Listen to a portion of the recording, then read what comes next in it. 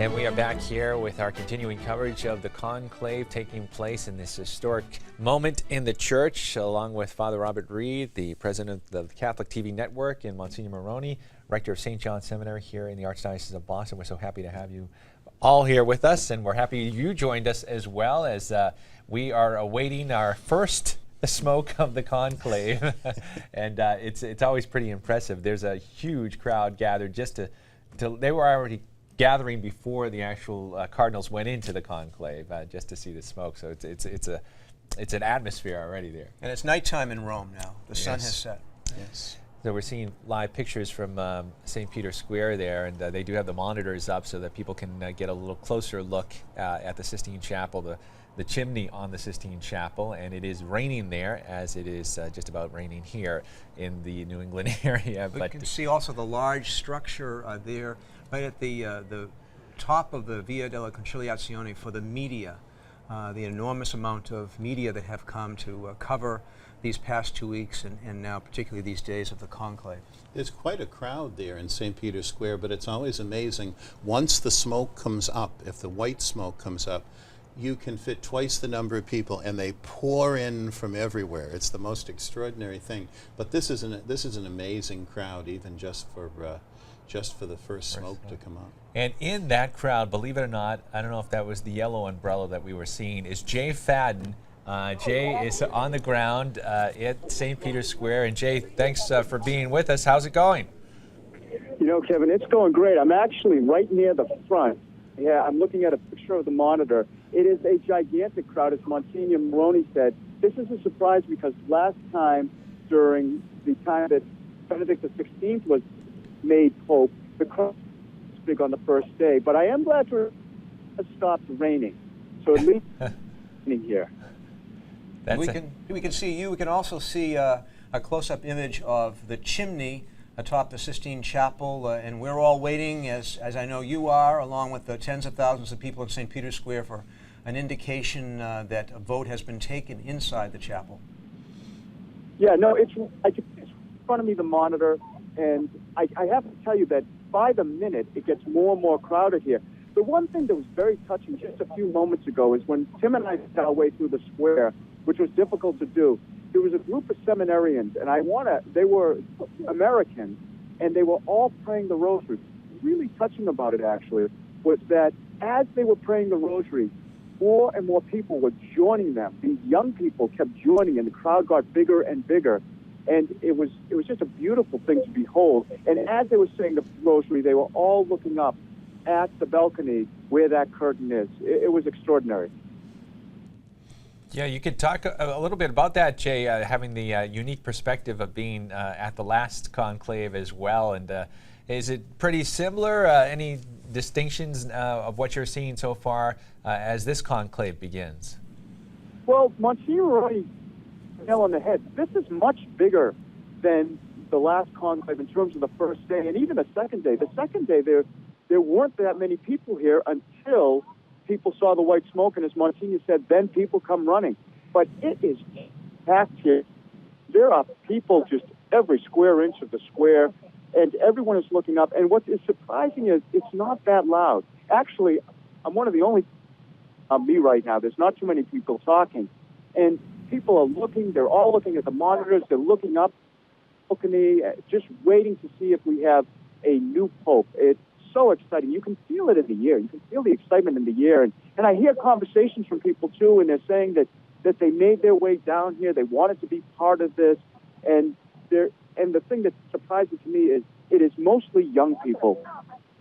So many young people have come into the square today to be part of this. And I'm talking 20 years old, early 30s, or even teenagers.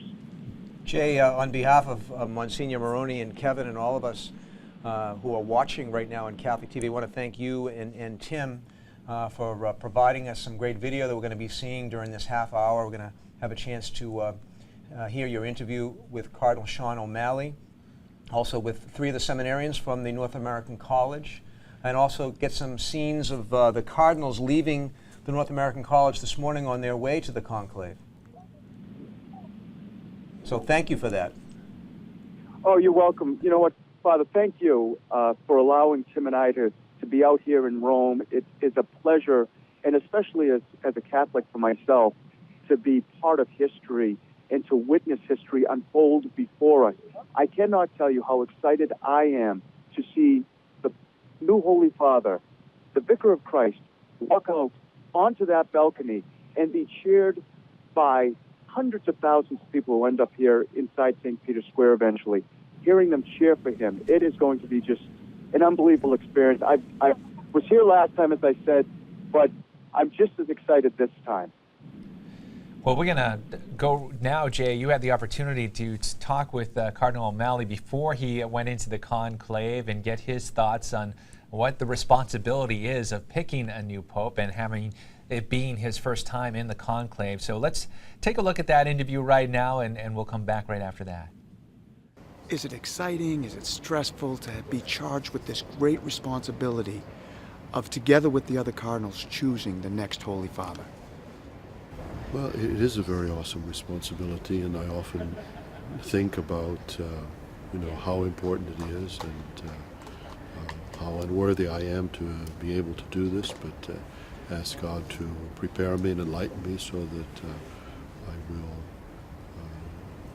choose the right person. People are surprised to hear that the cardinals need to get to know one another. I think people assume that you all know each other, but that isn't the case, is it? Well, we're from all over the world. Now, obviously, a lot of us know each other, and a lot of us serve on different commissions together, but this is an opportunity to interact and get to know the ones you may not know. What do you say to lay people who watch Catholic TV network globally and in the United States?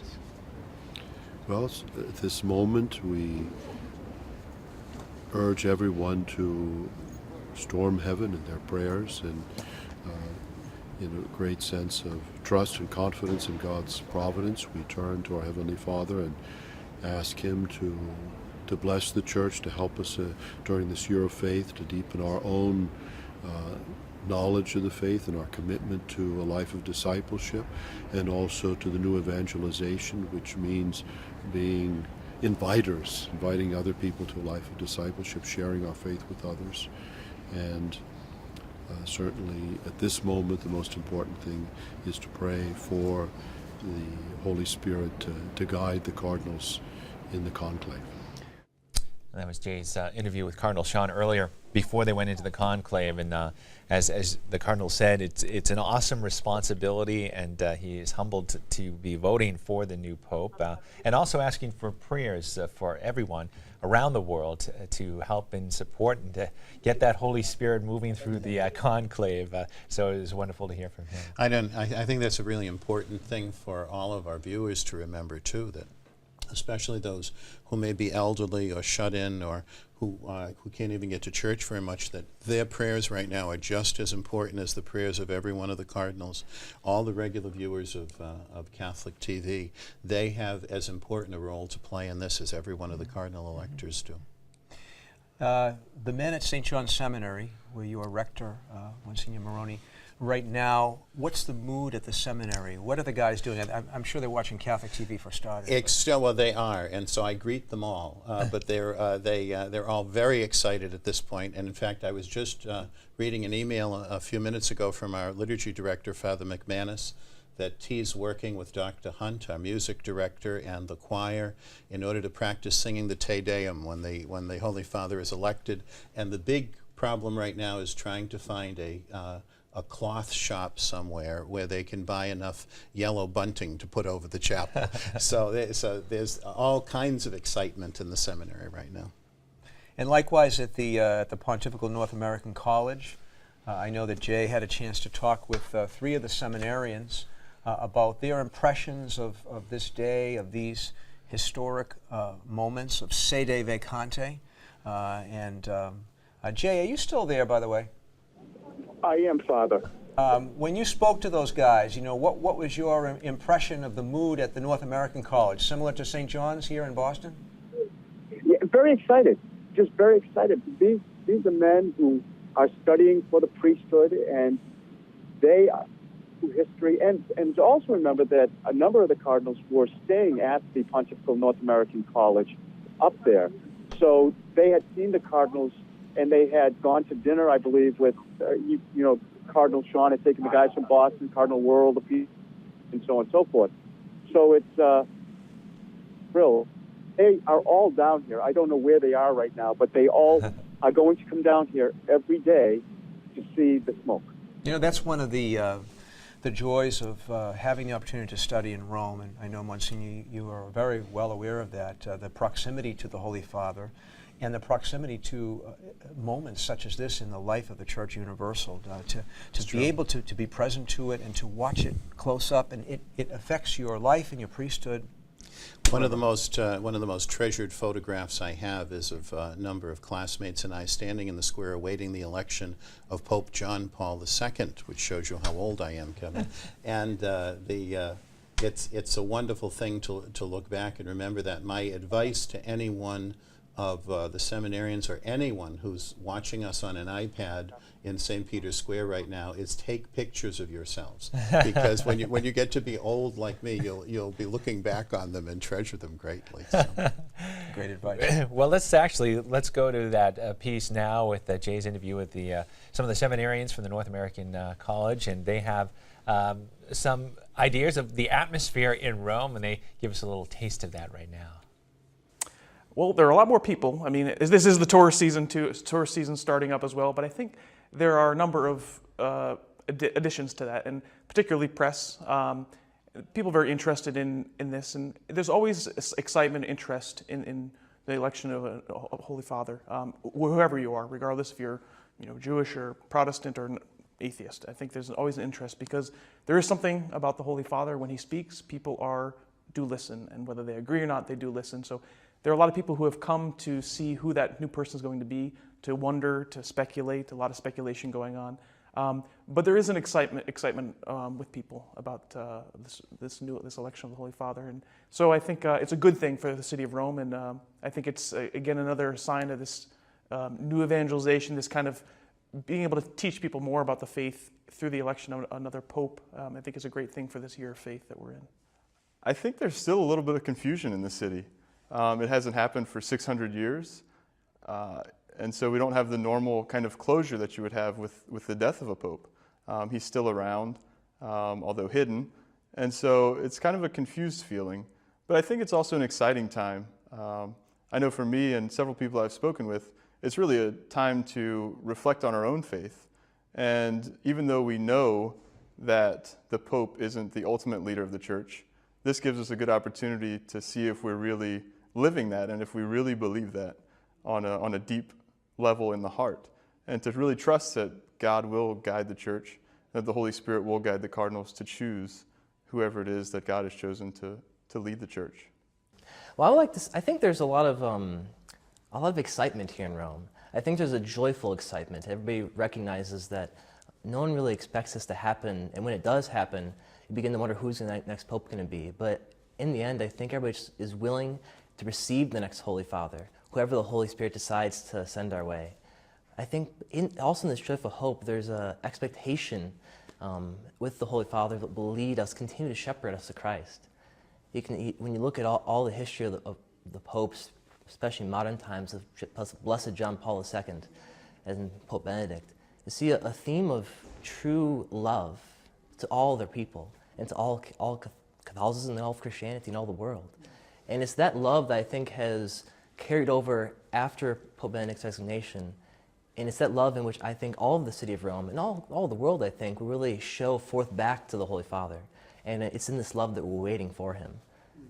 And some great thoughts from the seminarians there as we are seeing the crowds continue to grow in St. Peter's Square right now. And it is true, it's an exciting time for not just Catholics, but people of all different cultures, races, religions.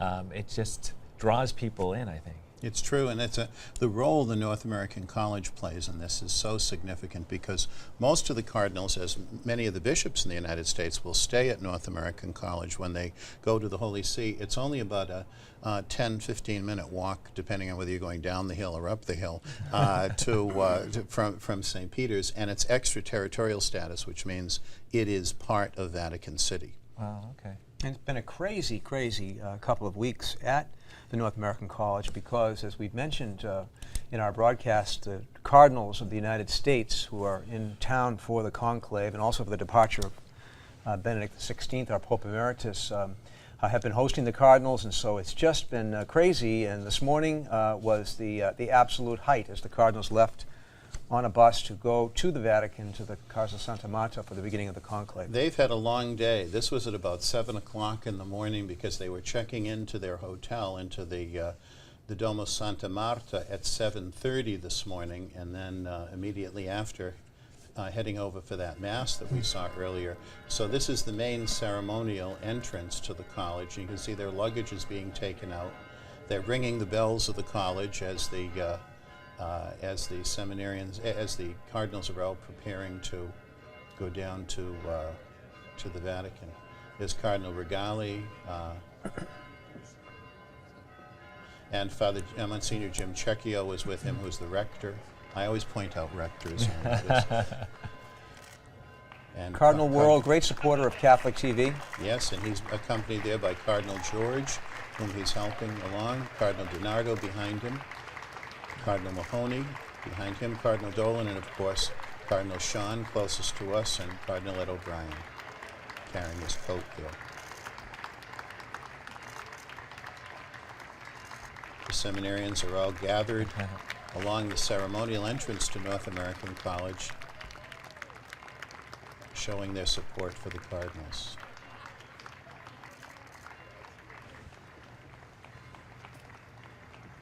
Cardinal Dolan is better at waving than any other cardinal of the United States.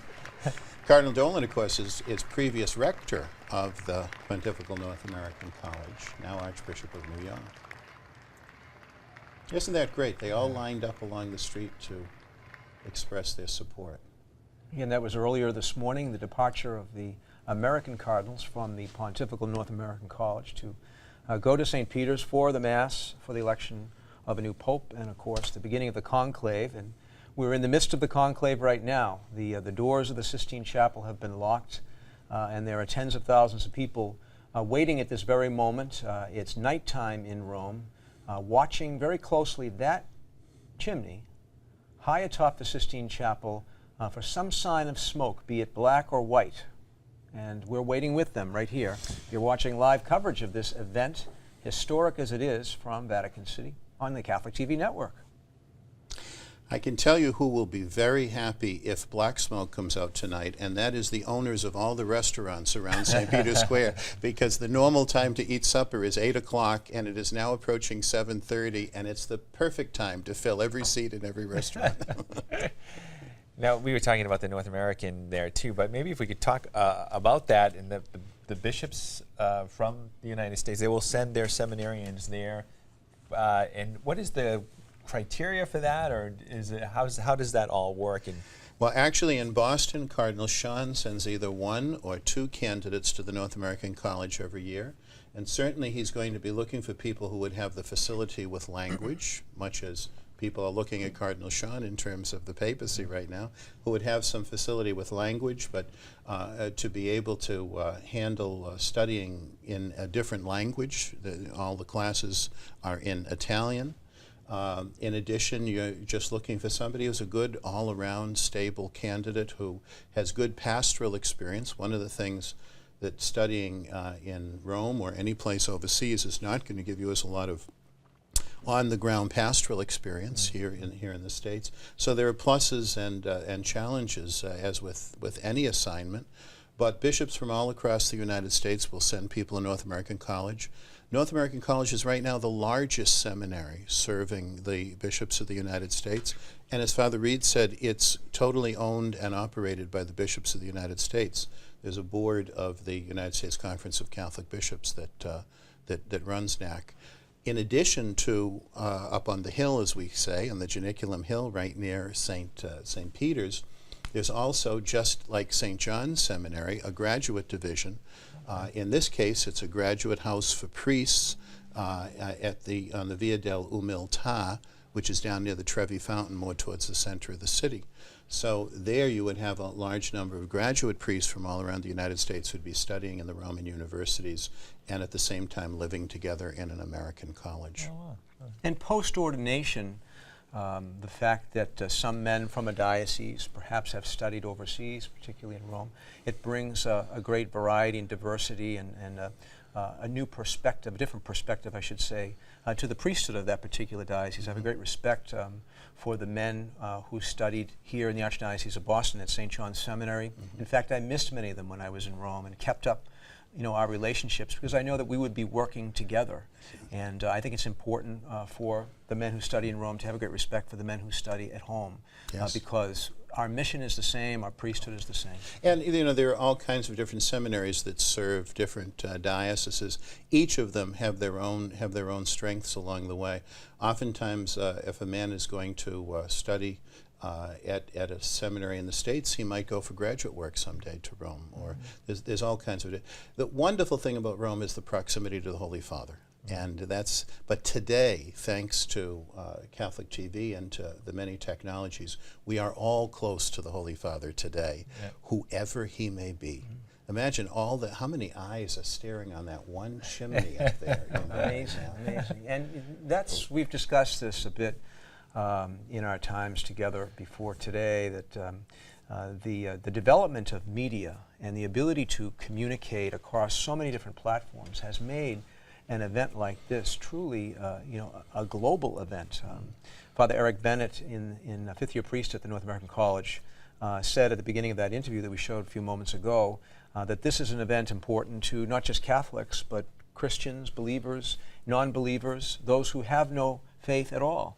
They're watching this event, and we're grateful for the gift of the technology that allows us to bring this event, these images and these sounds to so many people. I was so impressed to hear that, I think it was Jay who was saying earlier that in St. Peter's Square he saw people looking at their iPads, watching Catholic TV back here as we broadcast what they were. It just blows the mind after a while. True enough, yeah. It's incredible. It's great, and it's a great means of new evangelization too.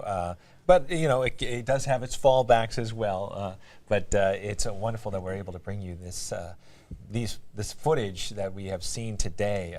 Just incredible footage of the cardinals going into the conclave. Beautiful footage, and now we are seeing live shots from St. Peter's Square as everybody looks up to the Sistine Chapel to see if there is any smoke. We are expecting the smoke to start going anytime now. The cardinals are in there for just one round of voting today, and they will be back tomorrow, if there's no white smoke tonight, for 2 rounds of voting in the morning and 2 rounds of voting in the afternoon. And we will be here, if it happens that way, tomorrow to bring you all the coverage as well.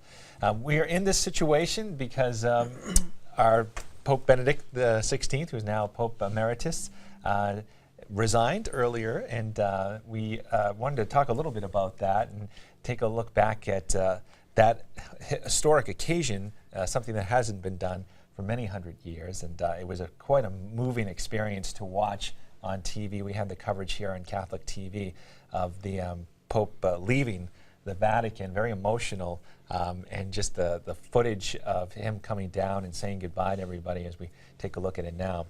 This was as he was coming into the Cortile San Damaso, and there you see the Swiss guard, who of course would only be guarding him for another 3 or 4 hours after this, as he bid adieu to the members of the Secretariat of State, and led by Cardinal Bertone, who's helping him into the car there. Cardinal Bertone we saw just a few moments ago serving as the camerlengo inside of the conclave. And then, of course, the Holy Father got onto the helicopter and went out to Castel Gandolfo, where he has been quietly praying for the cardinals in the conclave and watching Catholic TV at every step along the way.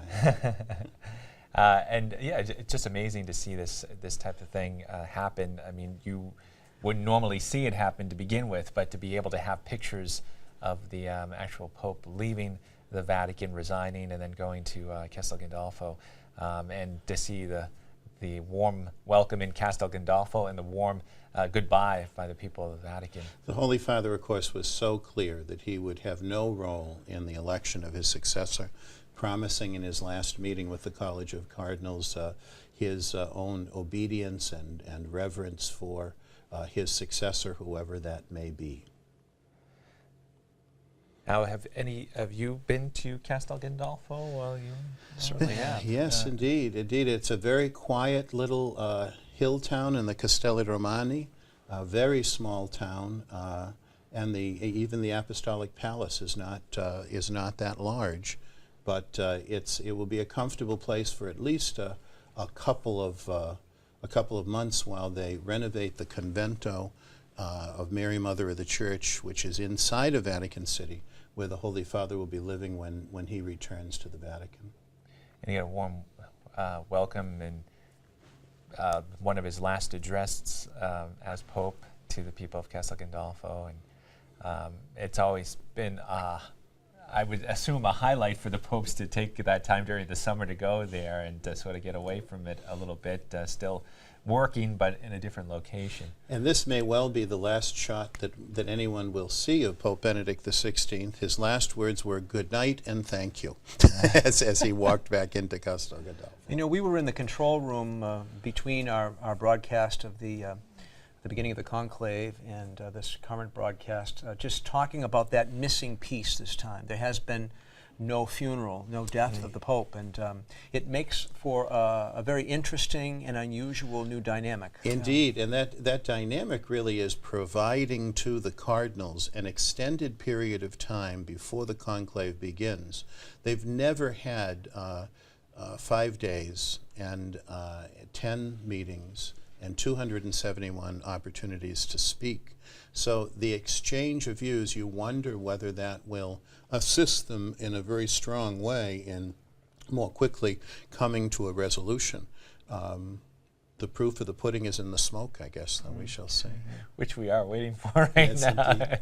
It was expected to come between 7 and 7:30 Rome time and 2 and 2:30 here, but we have yet to see any smoke, and the crowd continues to grow in St. Peter's Square. We have some great footage of people lining up to look at those monitors, see if they can catch a glimpse of the chimney on top of the Sistine Chapel. And as Monsignor Moroni said, it's been a long day for the Cardinals. They were checking in around 7:30 a.m. this morning at the hotel where they will be staying during the conclave. And then it was the Mass that we celebrated earlier at St. Peter's Basilica. And then they had some downtime in between, but then right back at it around 4 this afternoon. Sure. It's and this evening too, I am sure that many of the cardinals will not have the most restful sleep that they have ever had, because if in fact there is black smoke tonight, it means they begin in earnest in the morning with the first of the 4 ballots. And they'll just continue on. You know, it's funny, Kevin. In the history of the Church, we've had conclaves that have gone for several years, and then You're starting to scare us here. Yes, and so the first smoke is not always there. However, in this century, the longest that a conclave has ever taken is 5 days, and that was in the 1920s. So it's become much shorter in current times. There were even those wonderful stories from the Renaissance too of in order to force the cardinals to complete their deliberations quickly enough, they'd cut back on food, or there are wonderful stories. One of the main reasons why the Domus Santa Marta, the hotel, was built where the cardinals presently stay, is when they were in the Apostolic Palace for the election of Pope John Paul II. All the windows were closed for the sake of security, and John Allen in his book Conclave tells the wonderful story of how Cardinal Siri went around and started opening the windows, and he was told, no, you're not allowed to open those windows for security, and he said, try and stop me, and he just opened all the windows, and finally fresh air came in. This was during August, which is one of the most difficult times in the city of Rome, so hot and humid. So it's a little bit more civilized now that they'll be in the the Dome of Santa Marta. But hopefully it will only take a few days. This first ballot traditionally gives the cardinals the opportunity to really see where the mind of the college is starting to go, because they will know the numbers. No one outside will ever know the numbers, but they will know the numbers as to who is garnering what votes and who is getting close to that magic number of 77 votes, which is required for a 2/3 majority. Yeah. Jay, Fadden is right there in the thick of things in St. Peter's Square. We know it stopped raining, Jay. Now, I don't know if you have any intelligence that we don't have here back in Boston, but do you expect that this smoke is going to be black or white? What's the mood there in the square right now? Well, first of all, I don't know if my wife's going to be happy or mad when Monsignor said it took years one time, because I'm not sure how that's going to go. But I'm going to guess the smoke would be black today, just because I think that Monsignor is on target when he said that it's kind of a feeling out process, I think, today, just to see where they all are leaning towards. And also, I think that there was so much going on that today is a day really just to get their feet planted. Now, I would have to say that I would even be surprised if it was tomorrow. That being said, it happened in the second vote with Pope Benedict XVI, so you don't know. The one thing I have to say about the square, though, is it is so crowded now that people are outside the square. And one thing you see is flags everywhere. People are bringing flags from their country, and they're holding their flags. People are singing. We've got, there's a lot of religious here. There's sisters, there's seminarians, there's priests, there's the young people, people of all different nationalities. And as you walk around, if you can walk around, it's getting very crowded, it's hard to walk around, you hear all different languages too. So it is a very diverse group of people who are here in the square, but that just about the Catholic Church too. It's a universal church of many different people coming together, all of us, under the umbrella of Christ and believing in Jesus. Jay, quick question for you. We get a very good view of the chimney on HDTV in this nice warm studio, by the way. As you're standing out in the cold of the piazza, how well are you actually able to see the chimney from where you're standing? Is it lit? No, I could see it before Monsignor when I was back, but I am so close. I am 3 rows back from the railing, and I'm balcony, so I can in person, but I'm right next to a huge monitor, so I can see the monitor. Sure. And what I'm really waiting for, I think we'll, because you will hear either a huge cheer or a groan the moment that.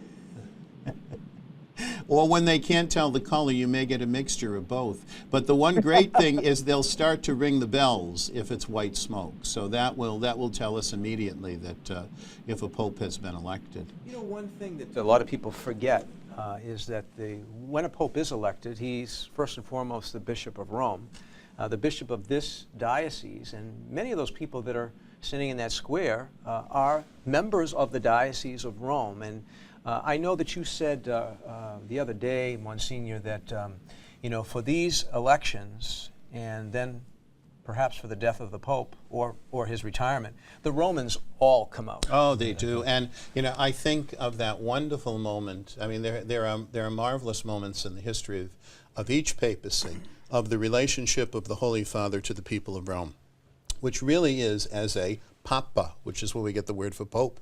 It's their Papa, and there's that beautiful moment with Pope John the 23rd, the night of the opening of the Second Vatican Council, where he came to the balcony spontaneously as people were standing out there praying with candles and so forth.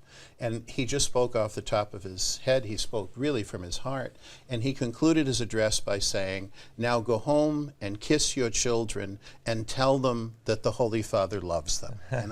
You think of that, you think of Pope Pius XII, when during the Second World War there was an accidental bombing of a neighborhood in Rome, and the Holy Father went to the spot where the bombing had taken place at the Church of San Lorenzo fuori i Muri.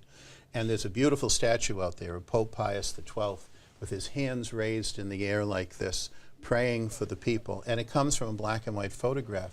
And he had blood on his cassock where he had gone to anoint the sick who were by the side of the road. We can so easily forget amidst all this, the grand the grandness of moments and the solemnity of moments like this, that what a pope is more than anything else is a simple parish priest. He is to be a priest, he is to reflect Christ Jesus, and that's what it's really all about. And we are really staring at that balcony waiting for this priest who will be our Papa to come to the balcony and to bless us for the first time. As in the homily today, the Mass earlier today in St. Peter's, we were reminded that there is no greater love than to lay down your life for a friend. And Jesus has done that for us. And so, as his shepherds and the Pope as the universal shepherd, it's that kind of a lifestyle that to which we are called. It's true. I remember being very touched last night as I was rereading the rites, and we'll be talking about those in coming days, or maybe tonight if there's white smoke, but the rites that take place inside the conclave immediately after the Pope is elected, and after the Pope has accepted and he has taken his name, and then he becomes vested, before the cardinals pledge obedience and loyalty to him, he is addressed by the Cardinal Dean, and the Cardinal Dean begins with the words, Beatissimo Padre, Most Holy Father.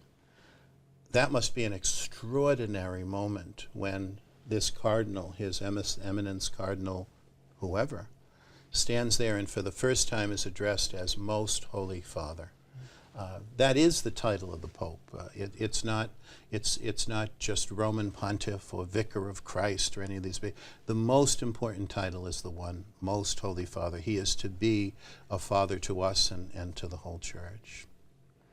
Now, if we still have Jay on the phone too, I just wanted to get his reaction too, and I'm curious to see as you went through this past week. You've been there now over a week, I believe, but.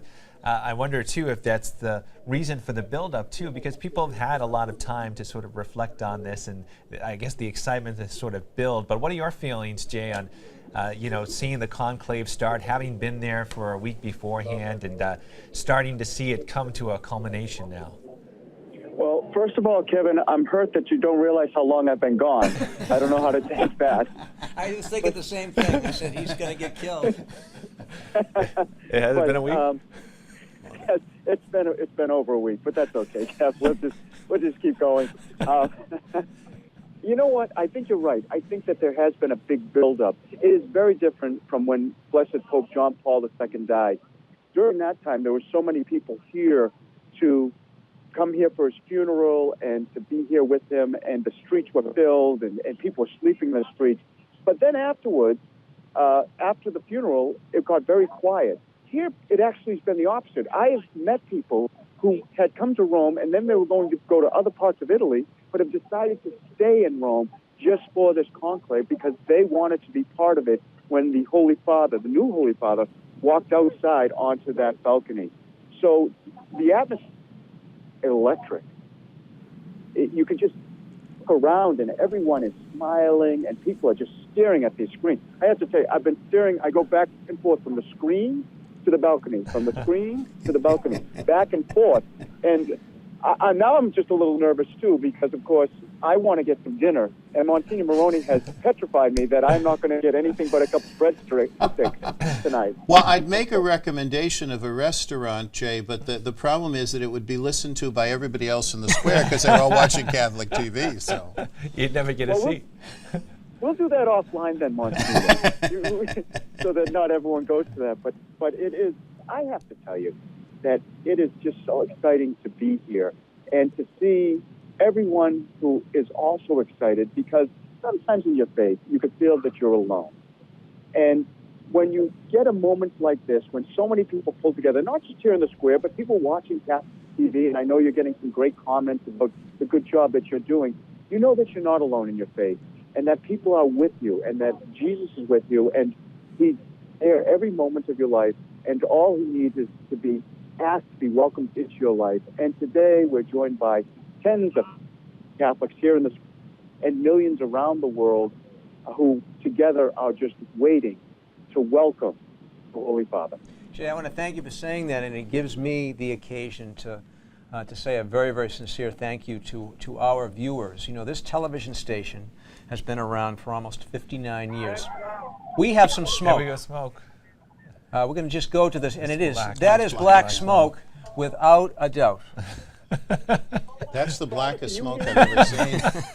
There's no question about that smoke. They're going to start coughing in the piazza soon. Well, obviously, chemicals yeah, were obviously working the well. chemicals are working. I do have a list of the names of the What chemicals. are those chemicals, Kevin? I'd rather not get into that right now. They're hard to They're pronounce, very aren't they? big named chemicals. I know there was lactose in there. There is some lactose involved. That is the fumata, as the Italians say, black smoke being emitted from the chimney atop the Sistine Chapel, indicating that the first vote in this conclave has been negative. There is no pope. There is some sulfur in there. That is what I know. In that black Fumata smoke. nera. But to just to go back to my thought, I was thanking Jay for mentioning the viewers because it is because of the generosity of so many of you who watch Catholic TV. For 59 years, we've been around and been able to provide moments like this in history, bring it into your home, and then just on a day-to-day basis, the celebration of the Mass and the Rosary and all of our other fine programming that keeps you connected to Christ and to the Church. It's great to be able to bring this very image to you right now, and it's amazing to see it up close like this, and to have the people gathered there like they were in incredible crowds for just this first vote, where a lot of people assumed that this was going to be a sort of black smoke event, but still people are excited about it. They're anticipating the new pope, and it is great to see, and great to see that energy come alive here. And I think it's important for our viewers to remember to continue to pray for the cardinal electors inside the conclave. This evening they'll be praying night prayer, and they'll go to bed and wake up in the morning and pray morning prayer and have Mass and begin to vote once again. And we pray that God sends the spirit of wisdom upon them, that we might get a good and gentle shepherd. Jay, you still there?